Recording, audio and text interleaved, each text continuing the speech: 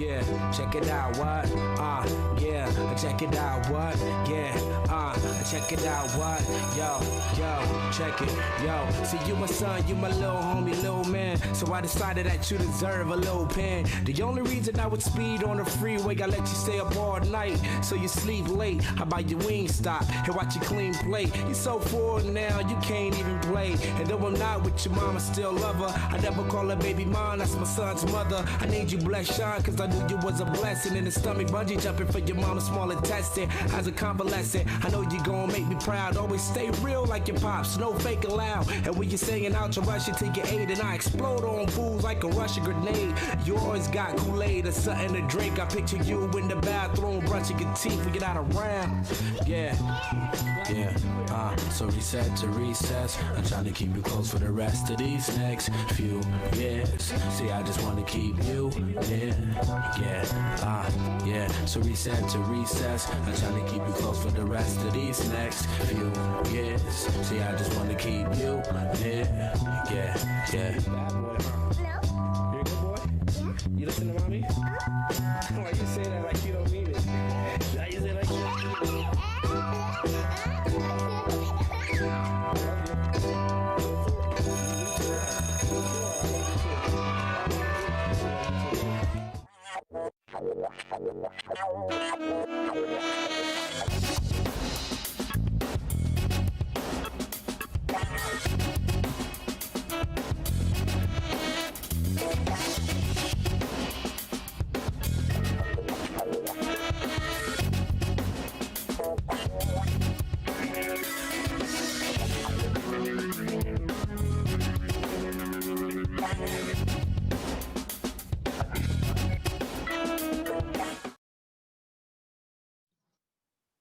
Come on, dude.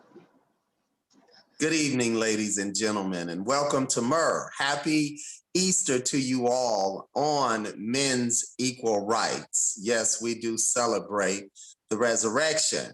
And that was Black Heat that you witnessed earlier. We appreciate you tuning in. My name is Evan Lionel, and welcome to the M.E.R Forum, Men's Equal Rights. Today, we're excited about our very special guest, as we know you are excited as well. But before we begin, as always, I'd like to bring on our panelists.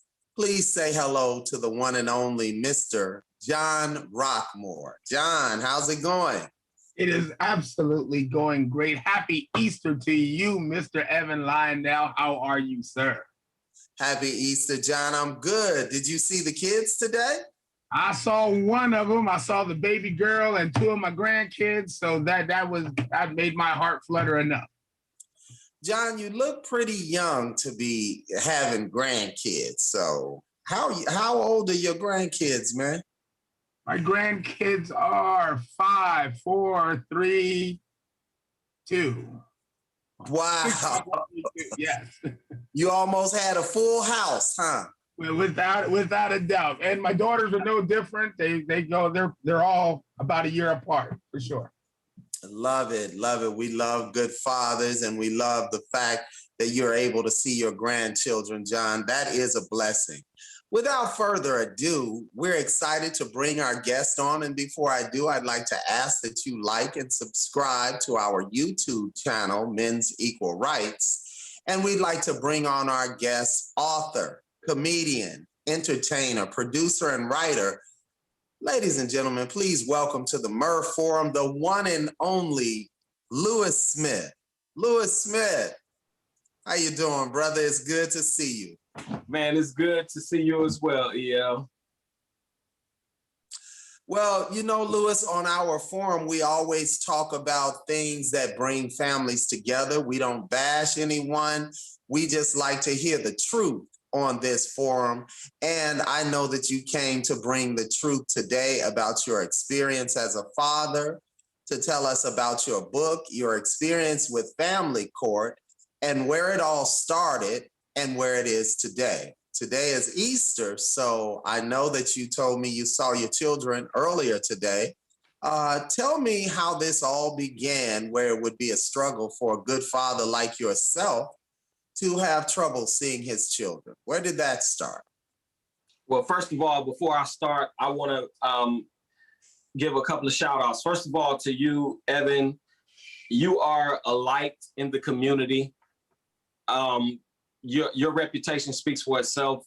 You yourself have gone through what I've gone through tenfold. So major shout out to you, and happy Easter to you, and happy Easter to everyone that's part of M.E.R. This is something that is a necessity for society. And before I even start, like I said, I just have to say that it is a blessing and a powerful moment to have something like this and to be part of this. I just want to, before I even start and get into my situation, I want to thank you for the opportunity to be able to share my story with the world. I appreciate you, brother, before I even start.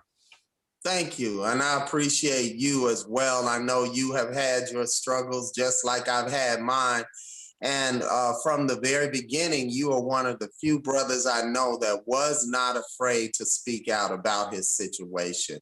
And that's what we need to encourage more people to do, so that others will be inspired to come and tell their story, so that eventually we can change laws in family court, we can change family court regulations, and we can change lives and bring parents who have suffered from parental alienation back to their children and actually bring families together as well. So I appreciate you saying that, brother. It's great to have you on the show. Tell us your story. Okay, yeah, thank you again for that. For me, Evan, it goes back to the year 1993. I'm talking about, it's deeper than just the two kids that everyone sees me on social media with now. I'm a father of a set of twin girls that are now 26 years old. A set of twin girls that were that I made while I was in the military. Their mother, literally, when we were young, Evan, and in the bed together, laying down, and I'm in the Army and I'm with my girl, and I got a wife, and the thing is, most of us, and I know you definitely, were raised Christian. So people don't understand. Black men are Christians. We're raised Christians. So when we're making our decisions as to how we father and how we parent and how we're going to parent, even prior to having the kids, my mama taught me Christianity. My daddy taught me Christianity. My grandparents taught me Christianity. So I'm going to do the Christian thing. I'm going to grow up, be a man. I'm 19 years old at the time, have a set of twins, and nothing in the thought of my mind would ever think that my kids would be taken away from me. So here's where a father's plight kicks in. Like I said, it's more than just what I dealt with in the court system. And this court system, I'm telling you my whole story, and this is where the book comes from. So that young lady took my children from me, my two twin girls from me. Today is Easter. Even though I got to see my 9 and my 7-year-old, I didn't hear from my 26-year-old children today. I didn't get a text message saying, "Hey, Daddy, happy Easter." Just like from those girls, I don't get a, "Hey, happy Father's Day. Hey, happy birthday." But you know what I make sure I do? Because like I said, the Christian thing to do, like my mother taught me, is you do right. Every year on those girls' birthday, no matter what age they turn, they get that amount of money sent to their cash app. Why? Because as your father, I don't care what your mother taught you. I don't care what you think. I don't care what you've been through. I'm your father and I love you and I think about you every day. And even though it's just on your birthday, you don't contact me because of what you've been taught, because of what's been fed into your brain about me. But no matter what, every year, you're going to know that your dad still thinking about you. And that's going to be until the day I leave this earth. Now, let me continue and get to the story in which we're talking about today, which is my book, Father's Plight. And like I said, I just gave you some feedback on what that was about. In 2016, I had been with a young lady who I was what I thought was going to be who I was going to be with for the rest of my life. Again, even though the Christian thing doesn't make it the first time, I'm still going to be a Christian. I'm still going to do the right thing. And I'm not going to do wrong by this new woman that I have. The things that I had in the first situation didn't work. So now that I'm in a different situation, I'm going to do right because it's the Christian thing to do. So then when I get with this woman, she's my mate. She's my lover. She's my woman. I'm trusting her.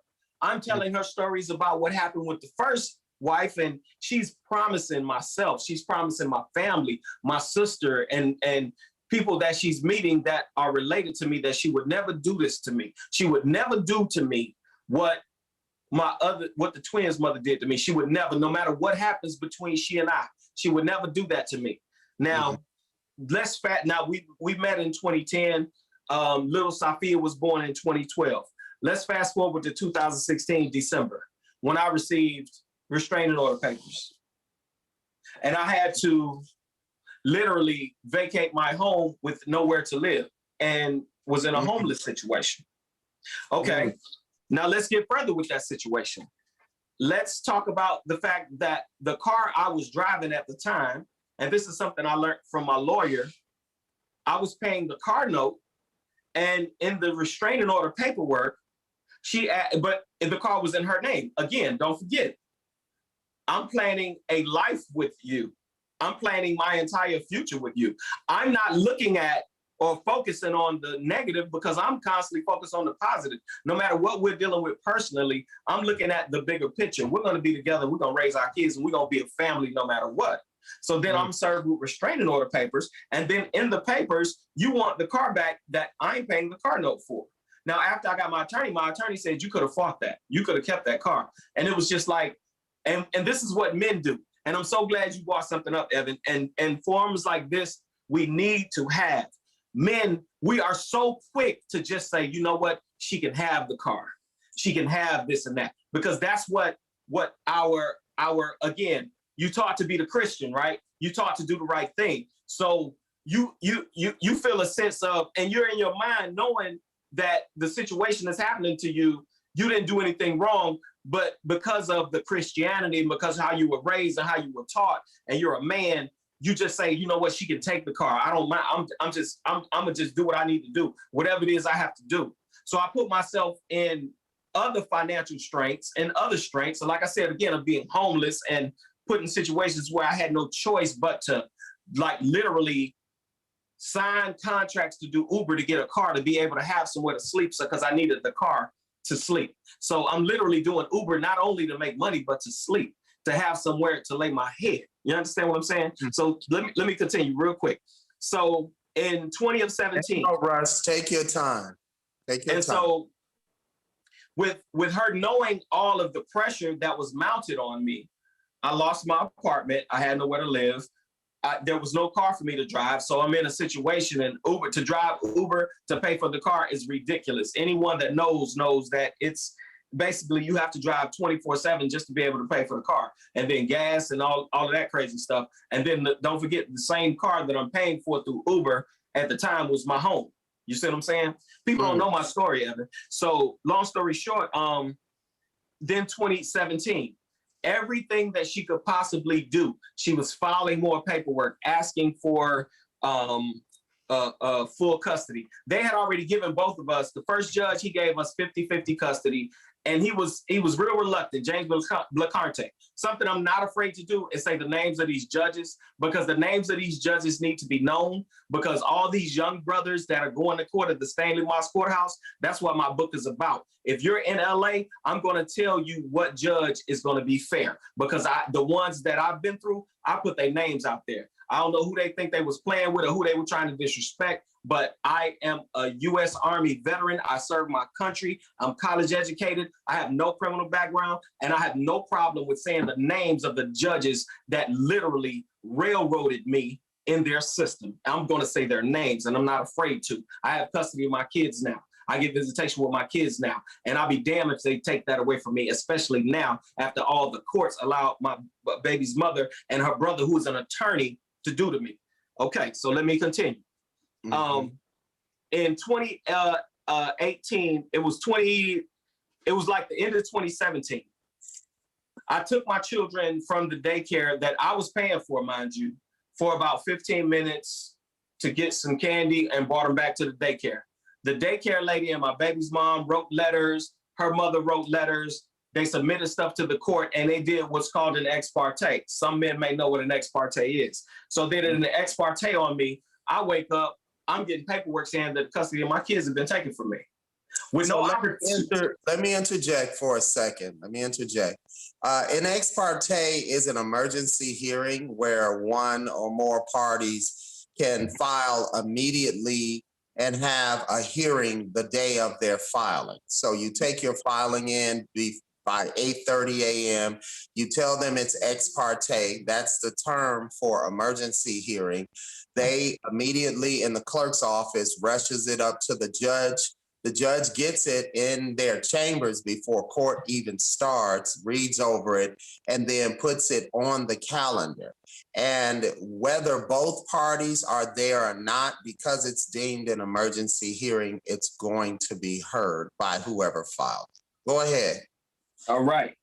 So without any notice to me, now the day she filed the ex parte, we were supposed to be in court that day, but I filed to have us in court for another 30 days because I was preparing for my witness to come and testify on her about some things. So you knew about the emergency hearing?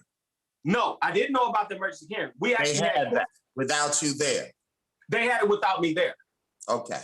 And they took custody of the kids. Okay. So when I find out I don't have custody, I'm waiting for the next, it was within 30 days, we had the court date. Now, mind you, I had everything lined up. My witness was flying in town to testify, and we were getting ready to have the court date. Guess what happened to me? And this is what men need to know, need to be prepared for. My baby's mother didn't show up. But guess what the courts did? They said that there was nothing they could do. They would not change the order that was currently enacted. And I had to wait another 30 days, 60 days. Well, guess what my baby's mother was able to do? She was able to flake the courts out for almost 2 years, bro, from missing that court date. I had to wait 2 years. I had to wait literally from October of 2019 to like October of 2020 to get a court date, bro. It took me like 2 years to get a court date, to get her back in court. But guess what? Guess what was going on within those 2 years? Mm-hmm. No phone calls, no visitation, no contact. Was she hiding? No, there was the court. I had to wait for a court date. She wasn't hiding. Okay, let me understand. Did you have a restraining order that was stopping you from finding your kids and going to see them? Oh yes, definitely. Oh yeah, definitely. Okay, yes. So let's go back to the RO. Why was an RO put in place against a good man like you? James, okay, I want you to listen to this. This is no lie, because I am eventually, and I have no problem saying this. I know her and her parents, her and her family watch everything I do. Like I say, her brother's an attorney, but I'm going to take her back to court. This is what she said on December 19th, 2016 in court. It's on the transcript. My attorney, his name is, what was that dude's name? Oh, freak. It was Vincent W. Davis was the law office. And I can't think of my attorney's name right now, but I have my attorney's name. It's on my paperwork. My attorney asked her, and this is on transcript, has Mr. Smith ever punched you? She said on transcript, this is on court transcript, no. Has Mr. Smith ever slapped you? She said no. Has Mr. Smith, and as he was asking her the questions, he was looking at her and motioning everything he was saying. He said, has Mr. Smith ever choked you? She said no. He said, has Mr. Smith ever kicked you? She said no. My attorney looked at her and he looked at the judge and he said, no further questions, Your Honor. Mm-hmm. Here's where it gets good. The judge, you had to see the judge. See, that's the thing. If you aren't in the courtroom physically there to be able to see this, you can't really, I can explain it, but as an actor, I can give you the motion. This is exactly what the judge did. He said, I'm giving 50, this is when everything was over, he said, I'm giving 50-50 custody. I'm giving 50% legal custody to you, Mr. Smith. I'm giving 50% visitate 50% physical custody to you guys. And I mean, he broke everything down. Christmases, birthdays. Now, at the time, let me just give this refresher. At the time, I was new to the game. So it wasn't enough for me. These are my kids. I only get to see my kids, this, that, and the third, and break down. So it wasn't enough for me. Now I'm realizing and that's what my lawyer tried to tell me. I wasn't smart enough to know. And that's what us Black men, I'm telling you, this book is to help my brothers. I didn't realize I had won, but it wasn't enough for me because I was day one dad. You know what I'm saying? I'm the dude, like, it's pictures. I showed my baby video of her 3 days old and me calming her down. You know, I'm a day one dad. So to tell me I can only get certain amount of times and days with my kids just wasn't registering to me. You know what I'm saying? Let me interject so you know how much I understand you. I was my children's primary caretaker. That's the term that they use in family court, meaning my children were with me 12 hours a day and not with their mother from infant stage, where I was wrapping my babies like a burrito. I'm the one that cut their cord, handed them to the mother for her to breastfeed them. Then I took them off to be bathed.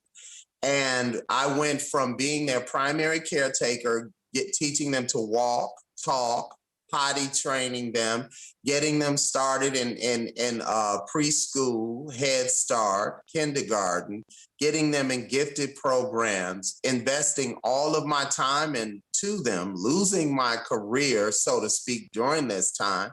And I tell people a lot of times, I was up for Lucius Lyons, the role, and turned it down because I was taking care of my children. Robbie Reed had brought me in for that role.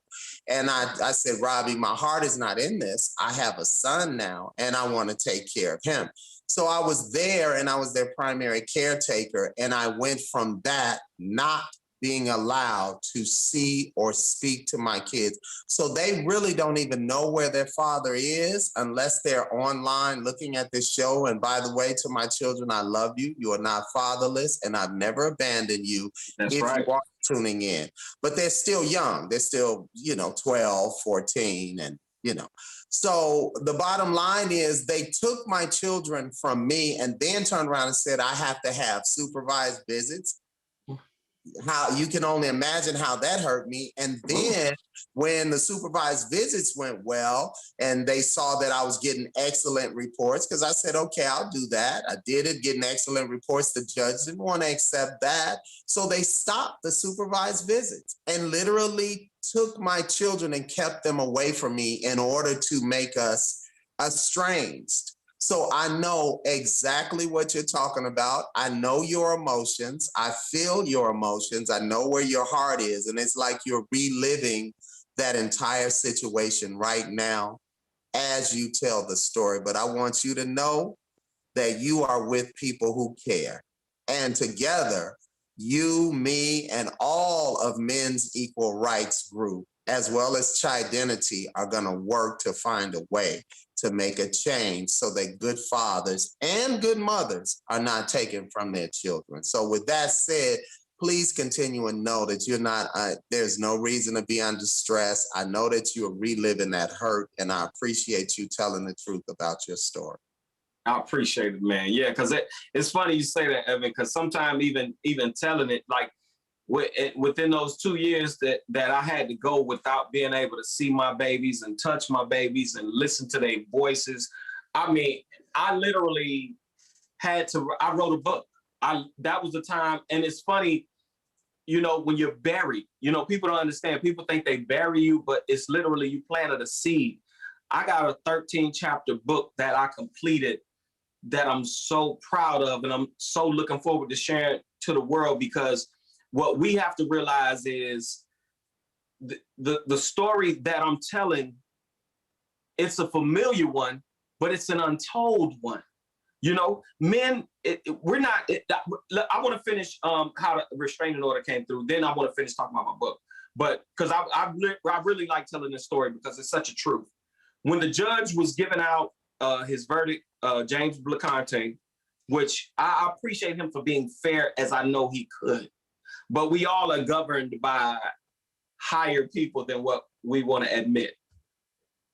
When I say he literally was like, I'm giving 50-50 legal custody to both parents. I'm giving 50-50 physical custody to both parents. He was like, just very complete about it. And he did like this. I remember his face. James Blacarte, and I'm saying his name for a reason, because there's a lot of people that have to deal with Stanley Moss Courthouse. He was like, I'm gonna give a year restraining order. And with the way he said it, even when he did, like, when he grinded, when he did it, I could tell he really was not comfortable with giving her the restraining order, because here it is, she testified she'd never been punched, kicked, slapped, choked, or threatened. Mm-hmm. Let me say that one more time. You filed a restraining order, but it's in the transcripts of the testimony. You testified under oath that you've never been punched, kicked, slapped, choked, or threatened. When the judge was there. Let me interject so that the public can know. He's talking about a restraining order in family court. Yes. A civil court, civil restraining order. Civil restraining orders are given under the guidance of the preponderance of the evidence in family court. That's different from a reasonable doubt and a restraining order that's given in criminal court. A restraining order that's given in criminal court is beyond a reasonable doubt. They have photos of where you harmed this person. They have situations where 911 was called. You hear the people in distress calling 911. The police come, the scene is torn up, and that's an actual restraining order that's necessary. That's right. A criminal restraining order that is based on you having criminal charges placed against you because you actually committed the act of violence. You battered another human being, so thus you will have to fall under the tenets of what happens to a person when they batter a person or assault a person. And you have to go to batterer's class and all of that stuff. They didn't make me do none of that. But listen, I'm just explaining the difference. You might do time the whole nine. But civil court, family court, that's a different restraining order. They give those out like rubber stamps. A woman, most women are told, say he harmed you or you're afraid of him in some way, just so the judge can give them a restraining order, even though they know you've never been a threat to them throughout the entire relationship. What that is a tool that family court uses with that particular individual to give that individual the upper hand in custody, property, whether it be your apartment. You can be locked out of your own apartment if this restraining order is put in place and she lives in your apartment with you. Your name can be on the lease, the entire thing. These civil court judges and family court judges have the authority to have you removed from your own apartment. They have the authority to have you removed from your own home, which was my case. I was removed from my own home and I hadn't done anything to my ex-wife. I hadn't harmed her in any way. And I had a hearing and it was obvious that she had never been harmed. And I always challenge everyone, it's a public case, open up the evidence, go down to the courthouse in the Valley, it's Van Nuys Courthouse, pull my file, it's a public file. You won't find any evidence of abuse. But wow. I'm sure they're telling my kids your father was an abuser, he was this. They're brainwashing them against their father. But I'm looking dead into the camera, dead into anyone's face. I have never been a danger to my ex-wife or my children. I love my children. I've been an excellent father to them. Everyone who knows me knows that. And I challenge anyone to go down to the courthouse. There's no evidence against me because I never did anything. And I'm looking at your situation. I can tell you haven't done anything either. And that's what your frustration is about. Because it wasn't a criminal restraining order, was it? Right. Right. And you know, it's funny you say that, Evan. Me writing this book, I got to put some truths out there. See, that's the thing about us men. We're so afraid because public opinion generally it's kind of like, I ain't trying to be funny or nothing. It's like Biden and Trump. It's a man and it's a woman. Oh, well, he must have did something. They always just assume that it's us. But that's why when I say in the transcript, I feel exactly how you feel. That's why I will say the judge's name. I will give the case number. That's why I'm writing my book, because the things that were done to me should not have been done to me. I'm pissed off about it, and I'm going to make it public. Period. As point you blank. should be. As you should be. I'm going and to. why did the judge give his reason? What was his reason? What substantiated him putting a restraining order against you? What substantiated that in his mind? You really had to see the strain on his face. See, the thing is, he's only one judge. There are other judges who are racist and feminists. Christine Bird, what's that other chick's name? Christine Bird, and I got to get that other one's name, because she's a racist and a sexist too. But that's the thing. I'm not afraid. Let me say this before we go on. Again, Men's Equal Rights, M.E.R, we do not subscribe to any bashing or any of that stuff. I apologize. Concerning anyone, especially judges. We have the utmost respect for all people of authority. And I will say this, it is okay for you to have the feelings that you have because you experience what you experience. But remember, judges are elected and appointed.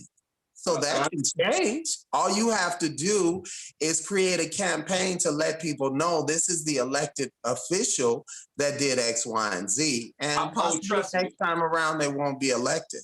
Trust me, I will. Now that I know that, see, that's another thing, Evan. As a Black man going into a courtroom, why is it that we all have to go to court? Why don't we know that we are the ones in charge of electing these people that are making decisions over our lives? These are things we should be made aware of, because I didn't know that until you just told me right now. Well, when we know better, we do better. We have a lack of knowledge of family court. I didn't even know family court existed until I received that particular restraining order. First of all, didn't know about a restraining order. There was no reason for one to be put in place. I'd never done anything.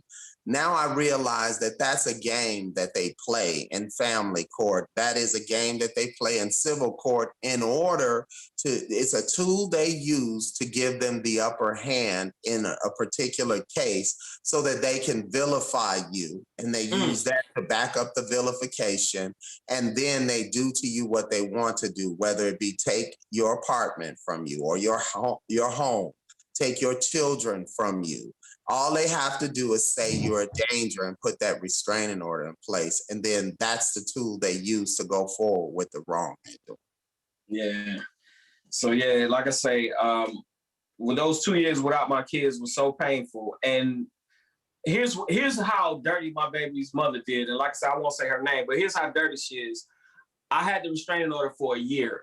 We didn't have court for another 6 months after that. The restraining order was already obsolete. I was not under restraining order. Here it is. We had, between the time the restraining order was over and 5 months until we had court, I'm ready to go to court. She filed another restraining order. Now check this out. Based off my social media. Yes, they will use your social media in court, and that goes to the public and everyone. And with that said, we're going to open the floor to questioning. I found out that one of our other panelists has joined us. She's an expert. She's a founder of Chidenity, and that group is rising, helping people all over the country to reunite parents who have been alienated from their children. So I'd like to bring to the forum Lala Justice and open the floor up to John Rockmore and Lala Justice for questions to Lewis Smith. Mr. Rockmore, while Lala is coming in, can you go ahead with the questions that you have, sir? For sure. I tell you what, listening to your story, and again, thank you so much for being here, because what you have to say is so important. But I love your fight. I love your vigor. And I love the term, I'm a day one dad. Day one dad. from the time she popped out or he pops out that I'm on it. I've been doing some research for the segment of this show because it is basically what we were talking about today is fatherhood and do children do better? And what I've found is everything that you're saying 100% correct. Fatherhood absolutely helps our children. So it seems to me with the many things that we've been hearing about the different courts and the different ways that men have been treated in the court, people fighting to have what should come natural, be their fatherhoodship. But they're finding from Penn State University doing studies, and scientists even said, we're behind the gun. We are behind the gun because we've already started the research on how mothers are it. People nurture the motherhood, where they're finding that fathers that are involved with their children do better. They have higher paying jobs. They are more adjusted. They are less likely to have teenage sex. All these things matter. So it seems to me with all the games that they're playing in the courts and vilifying our fathers, it's almost as if they're setting young Black children, Black males, up to fail and to keep repeating the history of that. And I'm assuming that what you're talking about is in your book, and I want to know more about your book. Is this kind of the platform of your book and what you're writing out? You are muted, so I want to give you a chance to unmute so you don't start talking. We see your lips move. No, absolutely. Say your name, brother, one more time, because I want to make sure I address you correctly. Say your name, brother. John Rockmore, sir. John Rockmore. John Rockmore. Hey, I can tell me, you know how you meet somebody and it's like, that's going to be your friend. I thank you for that. You my new partner, John. I got love for you, man. But check this out, man. That's what's ironic is just listening to my story, you were so able to absolutely curtail in a nutshell exactly what my case in point is. Because there's two facets to my book. My book is very autobiographical because I'm really telling my story, because what I want men to know is how we end up in these situations, especially Black men. See, people see a lot, a lot of people, want to try to, I'm going to say what it is. And I don't want to bash, I'm being very respectful, but people don't want to respect the fact that being Black is real. We are Black. So being Black, you have to deal with being Black every day in every way. You have to deal with being Black, going to court, whether it's realized or not, being a Black and being a male. So you have to understand where we really are on the totem pole. You know what I'm saying? That's why what you said was so profound. You have to really think about it. This is one thing I know and that I realized in the court system. It's the percentage of Caucasian judges is very high. I've not had a Black judge. I've not had a Black female judge. I've not had a Black male judge. You understand what I'm saying? So not one judge has looked like me, had my color, or had my background, or had my understanding. So it's one thing that I realized, and here's what's sad about the Black woman who I had kids with didn't realize, that man or that woman, they're doing their job. They don't give a doggone about you or me. They don't care. That's the thing that people, I don't think when women take their men to court, especially women of Black women that take a Black man to court, I don't think you realize that judge he or she really doesn't care anything about you or your kids. When they say, because this is what they say family court is for, to be in the best interest of the kid. I understand that. However, you have to look at it realistically. If the person who's making that decision, really, they're collecting a check. They're literally getting their coffee in the morning, having toast, coming to work. Like Evan said, boom, okay, what's on the ex parte? What's on the agenda for the day? So when they see ex parte, oh, he's harassing her, she's scared. You know what? Okay, well, yeah, you will get your restraining order, and you know what? Yeah, we'll go ahead and take the kids from them. Okay, yeah, you get custody of the kid. You know what I'm saying? They're not even taking any time or consideration to find out is this woman a liar? Does the court system know this lady? You see what I'm saying? So what my book, it really is, honestly, it's a truth teller, because my ex has been so graphic in her vernacular of her dissent of me, until it's very beautiful that she feels so narcissistic that she can do these things. So yes, I'm making a public book and writing literally word for word things that I've had to dealing with her, because what men need to learn to do, and this is really what it's about. The whole thing, Father's Plight, boils down to this. As men, we need to learn to become emotionless. When we do that, we're going to win. It's our children. And see, this is what I had to learn the hard way. When it comes, like, it's certain things with a man, you don't mess with a man woman, you don't mess with a man money, you don't mess with his food. You know what I'm saying? And then you don't mess with his children. You see what I'm saying? So your children literally fall when it comes to the hierarchy of things that you actually love. You know, when you think about, man, the only time I would cry growing up, if I saw my mama crying, I'ma cry. And I didn't even know why she was crying. Just because my mama was crying, it hurt me to see my mama cry. So when you have a child and you see your child cry, you like, whoa, my child is crying, my child is hurting. That's an instinct. You know, it's nature. So what the court, and again, here's why I go back to being Black. Us being Black, think about how they've torn our races, our culture apart, taking mother from child and child from mother, the things that, you know, father from, you know, literally how even systematic racism right now, where if a woman is on Section 8 and getting food stamps and a man living in the house, they're going to cut her food stamps off. You know what I'm saying? These are the types of things that are, you know, it's still systematic racism, because again, especially in a city like Los Angeles, it's so hard, it's so tough, it's financially draining on anyone who lives here. So if two people get together and decide they're going to work together and hustle, the government's watching that. And if you're making too much money or you're doing too much this, we're still under such a messed up system. And what's painful is we can't even procreate, man. Having children is the most beautiful thing that you could ever, literally out of everything you can do. People like me and Evan, we've actually had careers, you know, been on television. I'm sitting up watching Evan on Living Single one night, just bugging out like, look at my homeboy, you know, myself. I'm sitting up one day and one of my commercials has come on TV, you know, and you're looking at the life that we're able to live. And out of all of the things they say, all of the blessings and the fame, to have what means more to you than anything. Like me and Evan really share this. There's nothing in this world. You know, I'm gonna tell you something I told my daughter, and then I'm gonna stop talking.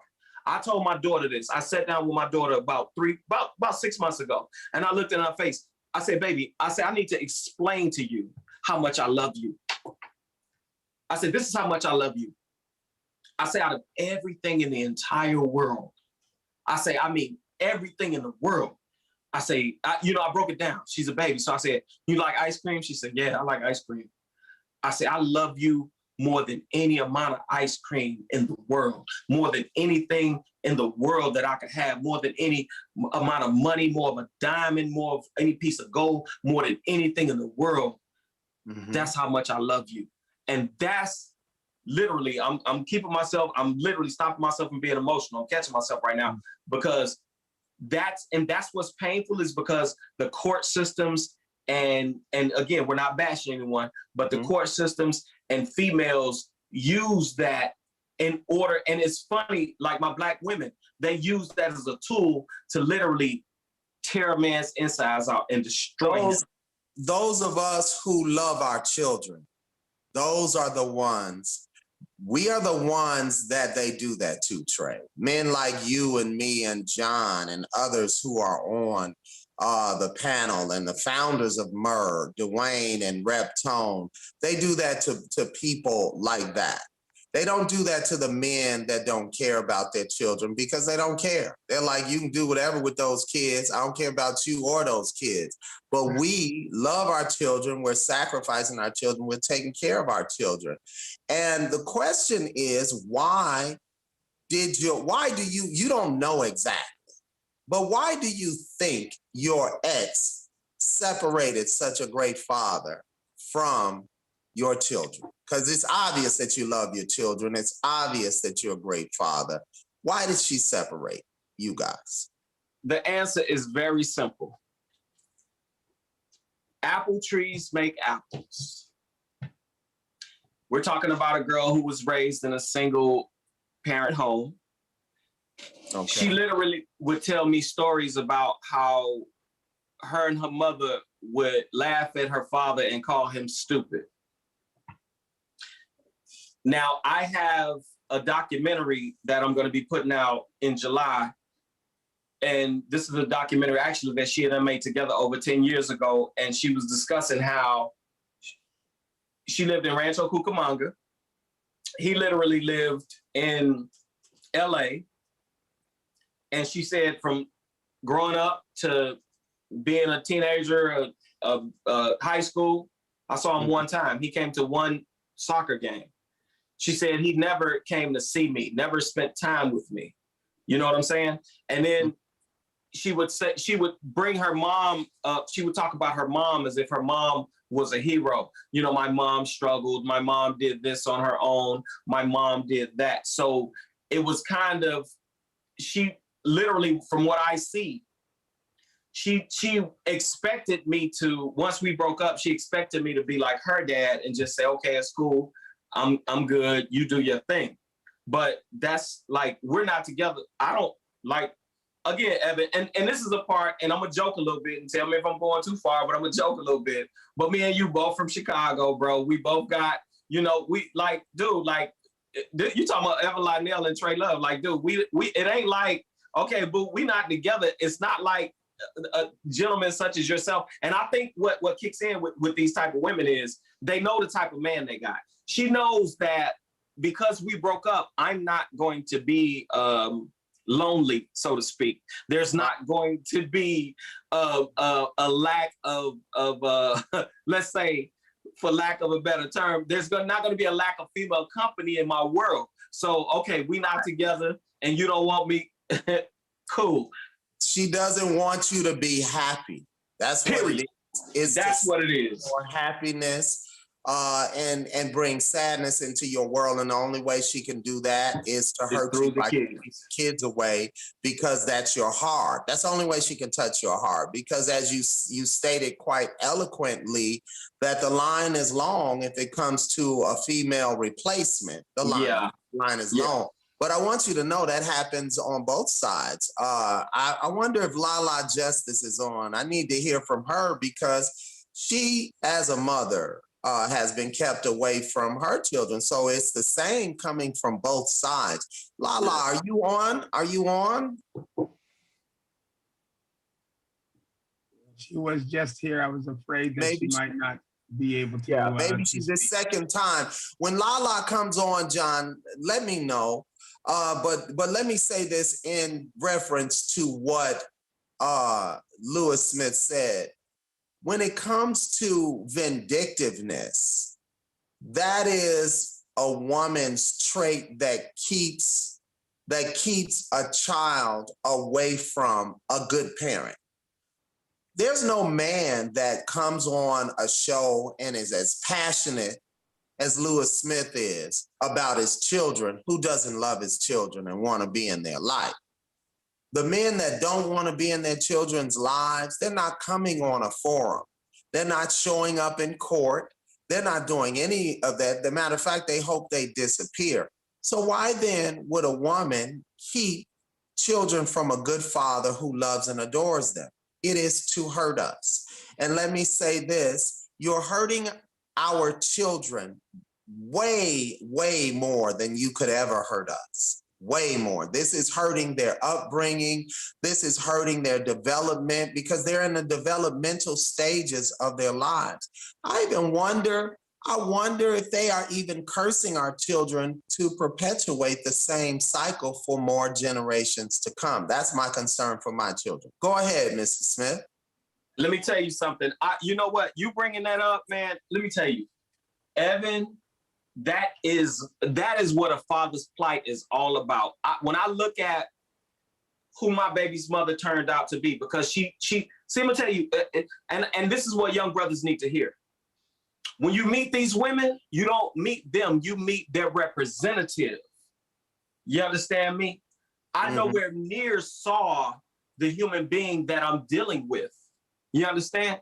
So with that being said, you're meeting their representative. So when it hits you, it's coming out of nowhere. So what you have to do literally is you have to literally prepare yourself, for the worst. You're looking at it like, wait a minute, hold on. Like, I'm dealing with this monster. And that's where we have to learn to be strategic and be emotionless in our conquest, which is the hardest thing to do. And like I said, that's what the Father's Plight is about. No one's talking about this. Men need to, we need to have a strategy. And the main strategy, as hard as it is you have to literally, you have to cut yourself off. You have to, and it's so hard to do, because when I had to do it, I had to literally divulge parts of my soul. You have to take your heart out of your chest and sit it to the side and say, like I had to do for 2 years, I'm not going to talk to my kids for 2 years. I'm not going to see my kids for 2 years. I'm going to prepare myself. I'm going to put my money together. I'm going to get myself together. And that's when I tell guys that, they be like, huh? Like, people don't fathom that. We're dealing with an American court system, and people know how to work it. And yes, you might have to take a year off. Like, a young brother hit me. He said, man, what am I supposed to do? I say, you know what? Take you a year, brother. I say, and just chill, meditate, put your paperwork together, plan, put your money together, because it's going, and that's another thing too. It's going to take some money. Lala calls that strategy. And this is a person you need to meet. And I've been talking her up, but she's had technical difficulties from the area that she's in. John, is she able to come in now? Because she's an expert on strategy in court. Is she able to come in? I will let her answer, sir. I'm good now. Thank you. Thank you. This is the founder of Chidenity and an expert on strategy in court. And just to bring you up to speed, Lala, Lewis Smith said he suggests to someone to take a year off and get your money together and get your paperwork together. And it sounds like he's talking about strategy. Can you enlighten him a little further on strategies for someone just coming into this family court situation, so they're a baby in the game? Absolutely. Mr. Smith, thank you. I apologize for the technical difficulties, but I had to use a strategy and get my kid. So my kid is with me right now. Amen. Amen. I need to let you know first and foremost that this systematic predatory dynamic that the court system use is just that. It is not always about just a woman or a man thing, as it is about the money thing. Keeping it recycled into the court system. A woman is told that they can get a magic bean to make all their dreams come true and that they can keep their kids, and all they have to do is follow the strategy. A man is told the same thing, and all they have to do is follow a strategy. Next thing you know, you're surrounded by two individuals and you don't even remember where the conflict began. All you know is that it's you against them and that there's a child that is caught in the middle. So when it comes to strategy and reorganizing and replanning your money and getting things straight, yes, it's going to cost you a pretty penny if you don't know what you're doing. Now, if you do know what you're doing, then you can start holding judicial officials accountable and even ask for a summary of billing statements and exactly what are they spending their time on if you're doing all the legwork. Now, that just depends on exactly how you build your strategy and what your overall goal is and the current position that you might be in.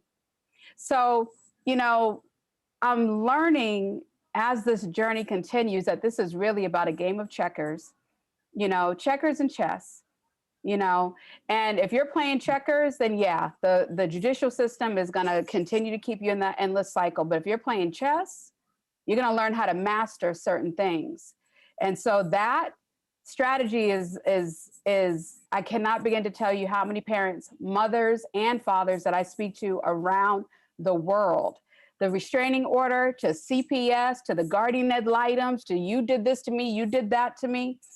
Those are all strategies. What happens when you take away the strategy? What are they left with? They don't have anything left.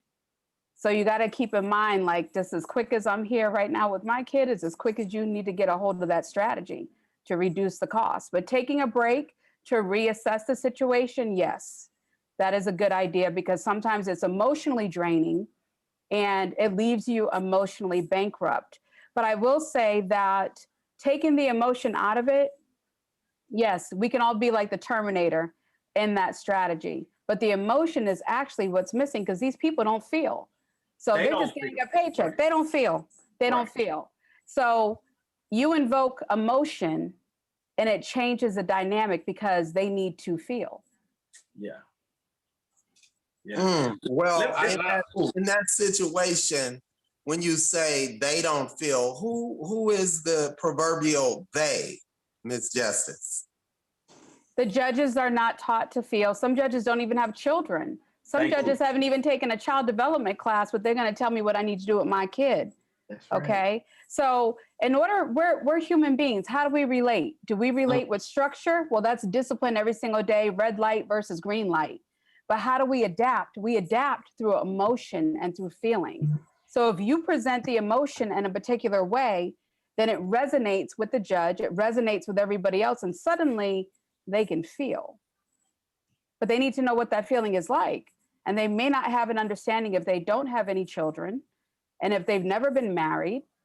How could they possibly relate? They're following a strategy themselves, a book. A part 1 and a part 2 and a step 1 and a step 2 is what they're looking at, so that they can get their paycheck at the end of the day.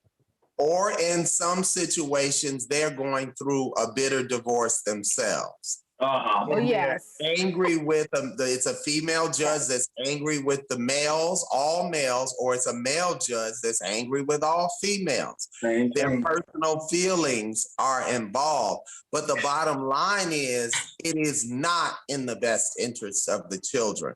There is no best interest of any children to stay away from a good father or a good mother. That is unhealthy for any child. And so if there's anyone from family court listening in, any people of authority, any of the judges that I dealt with, there is no justification for keeping my children out of my life for monetary gain.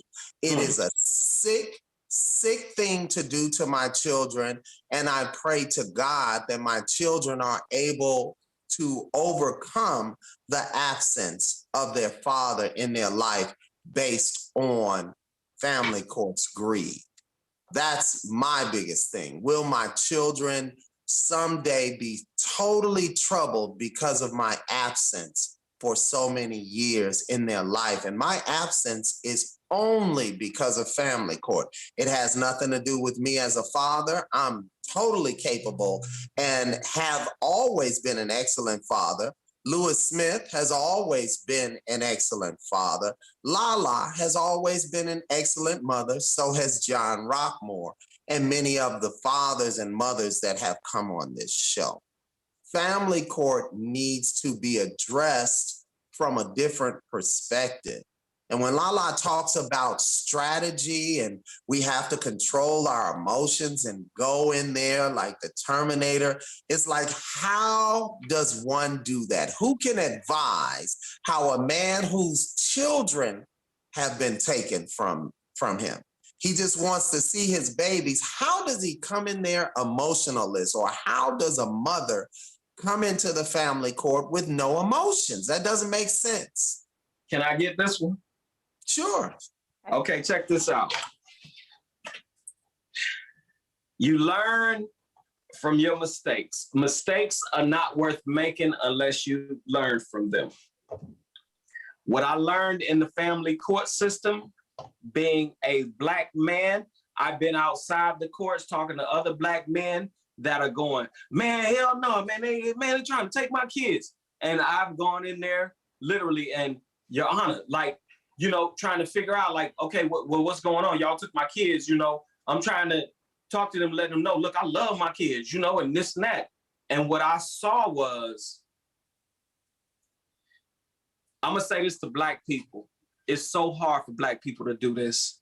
Watch The Crown, watch the way these white people conduct themselves. You have to be so eloquent and so, you have to have ice running through your veins. Because see, now when I go to court, you understand? The way I conduct myself now, there is no emotion. There is no, oh, Your Honor, excuse me, Your Honor, I'm here to present this evidence. This happened on April 13th, 2020. I need you to understand that I'm trying to see my children because I'm not being treated fairly. You gotta be on, you gotta basically be an attorney, even when you're talking. And you can't show emotion. Because see, the thing is, realistically, what that young lady said is real. That judge does not give a damn about you. They only want to know how soon they're going to, man, I'm literally breaking the case down, man. I'm talking about, I'm cross-examining my baby mama so cold. The judge asked me at one point, do you want to stop? I say, no, I have some more questions. And she was like, we got to go to lunch. They got tired of me because I was running it. But guess what?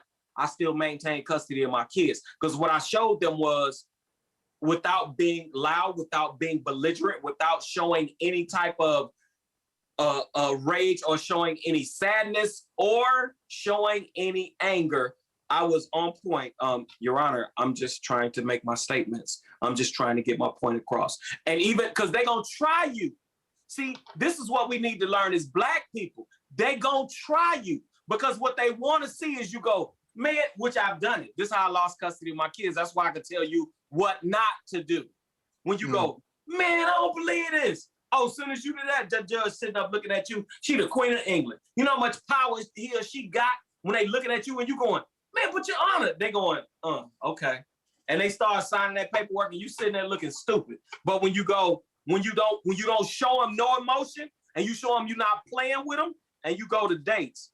Well, Your Honor, I'm only talking about what happened on December 19th of 2016. That's all I'm trying to discuss. I'm really trying to make my point. And the things that she's presenting are false. That's false evidence against me, Your Honor. I can prove it. Go in their business. More black men, I'm telling you, we need to learn that. Y'all need to study Malcolm. Y'all need to study Martin. Y'all need to study y'all need to study Barack. Let them throw them shoes at you. Let them disrespect you. And when they doing it, just be poised. Okay, I still had a question. I know you. Well, excuse me. Let me interject, and then we're going to go to Lala, then you, John. Let me interject. That takes, in actuality, that sort of poise and that sort of calm takes a person who either A, has been raised to be that way or trained to be that way or has gone to psychological classes and taught or an attorney coached them on how to be in court. We're talking about someone who's green as the grass coming into a system they know nothing about. And out of nowhere, they're expected to be poised. Lala, what are your suggestions on that? Because it's inhuman for someone's children to be taken away from them, and then they come in and say, Your Honor, I'd just like to discuss the date of such and such, blah, blah, blah. These are their babies. They're not getting ready to be like, they're gonna be like, my kids are gone, and I just want to see my kids. That's normal human reaction. So Lala, you studied law. You are the founder of Chidenity. Tell us from the perspective of a person who understands this, how you would coach or guide a person who is a novice at this. Well, I think the biggest thing to understand is, to Mr. Smith, when he was stating about the emotions and so forth, when you're going into the DMV, for example, if you notice the workers behind the desk are the most emotionless creatures on the planet, next to the county clerk. I swear, they are extremely emotionless. They don't even want to be there. They want your number called. They want you to pay. They want you to get in and get out. And it's all uniformed. It's like an assembly line. Well, that's how the court system is. And so what I've learned is in that balancing act of emotion versus non-emotion is when the emotion is appropriate, because that's the part that we miss. And when that emotion is appropriate, then suddenly the judge is taking a step back and saying, hey, well, we might need to go to lunch because this is too much for us today, because he knows too much of what we know. And that taps into a different part of their psyche. Where did you get that training from? And it also taps into their ability to be accountable, because how do you deny people their rights when they actually know what they are? When you go to law school, they basically tell you that the world would not need attorneys if everybody knew their rights, and if they knew how to advocate for themselves. We live in a world where uniformity is important, where structure is important, where discipline is important, and where control is important. So if I had to direct somebody on where to start, you need to know what your rights are so you can best advocate. You are your own best attorney. You are your own best advocate. Nobody knows your story the way that you know your story. Those are my thoughts. Wow. Mr. Rockmore? Without a doubt. Now I've been waiting. You all three are right. But with the research that I was been doing for today's show, this is kind of what I found. Lala, you talk about strategy. This has been the strategy. This has always been the strategy. Mr. Smith, you talk about from slave days. Listen, they've been taking our children from us since slavery. It's a learned behavior, so why would they have emotion to it? We, and Mr. Evan, it's more about behavior and knowledge. Know your rights and know the behaviors. Like Lala said, once they know he's penetrating your bureaucracy, time for lunch, Mayday, Mayday, they're going to get out of Dodge. But doing what we're doing now, give people the knowledge. Tell them about certain behaviors. We know the formula, but like you said, it's emotional. They want that. They want the slave person falling down. You took my baby and you sold him in there. We're not letting that happen. We have to stop letting them do it.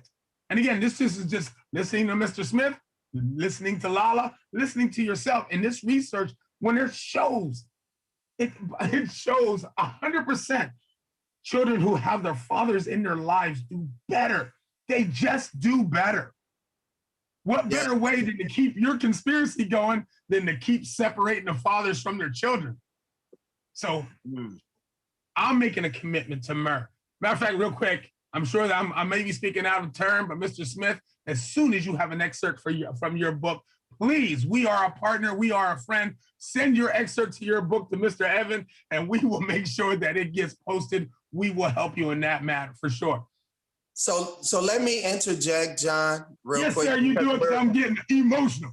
I see, and we're winding down on time. This show goes by so fast because the topics are just amazing topics, and it's necessary that we have this platform. So please like and subscribe the YouTube channel and join us. And as we forge ahead in this forum to bring light and to bring understanding to this situation that divides children from their parents and separates families. With that said, we're at the end of our show. Lewis Smith, we're gonna have to bring you back, but please let people know the name of your book. Unmute yourself. Let people know the name of your book and how they can reach you. And then we'll go to Lala, and then we'll go to you, John, and then I'll close the show out. Mr. Smith, let them know how they can find you, how they can get the book. All right, ladies and gentlemen, you can find me on Facebook under Lewis Smith, Louis Smith, very simple. On Twitter, Trailer Vision. On Instagram, it's Lewis O. Smith. And then also, I Act Like a Comedian. You can hit me up directly at iactlikeacomedian@gmail.com. You don't have to put any spaces. The name of the book, ladies and gentlemen, is A Father's Plight. I'm telling you right now, it is every young man that is thinking about fatherhood needs to get a copy of this book because it's raw, it's real. I tell the truth about my story. I hold nothing back. And again, men, this will train you. And like Evan said, you have to be trained. I'm ex-military. I went through, I learned from experience. I saw how they treated me when I showed emotion. So I realized, I got to let that go. So this book is I'm telling you, I know it's going to be a bestseller because it's going to help a lot of people. I'm looking at changing the narrative. That's my job. That's what I feel that even though God put me here to entertain, he also sent me here to have a father's plight. Otherwise, he wouldn't have allowed these trials and tribulations to bring me here today to have put this book out in order to transform the narrative of what's going on with Black men in society today. Thank you so much, Evan, and thank you all for having me. Thank you so much. Thank you, Mr. Smith. It's always good to see you, brother. You know that. And Lala Justice, please tell them how they can find Chi-Identity and find you. Yes, you can find us on Instagram at Chi-Identity, and you can also find us on Facebook at Chi-Identity, YouTube at Chi-Identity, where we explore parental alienation from a child's perspective. Join us for our continued I Speak Out campaign, as April is Parental Alienation Awareness Month. And yes, we do plan on marching. Amen to that. And I will definitely be with you at the head of that march. Mr. Rockmore. You find me at M.E.R. No, I'm just kidding. John Rockmore, Rockmore Entertainment. You can also see, if you look up One World United World Music Festival, I'm going to have that coming up, and we're going to start the campaign for that. John at Rockmore Entertainment, you can always hit me up. Good to see you. Happy Easter to everyone, and we're over time here at Men's Equal Rights. M.E.R, join us next Sunday as we continue to the plight to forge ahead and bring light to society concerning family court, concerning children, fathers, and mothers coming together. Thank you for joining us tonight. We'll see you next Sunday. My name is Evan Lionel. God bless you all. Happy Easter. Please. Happy Easter. Happy Easter, everybody. Happy Easter.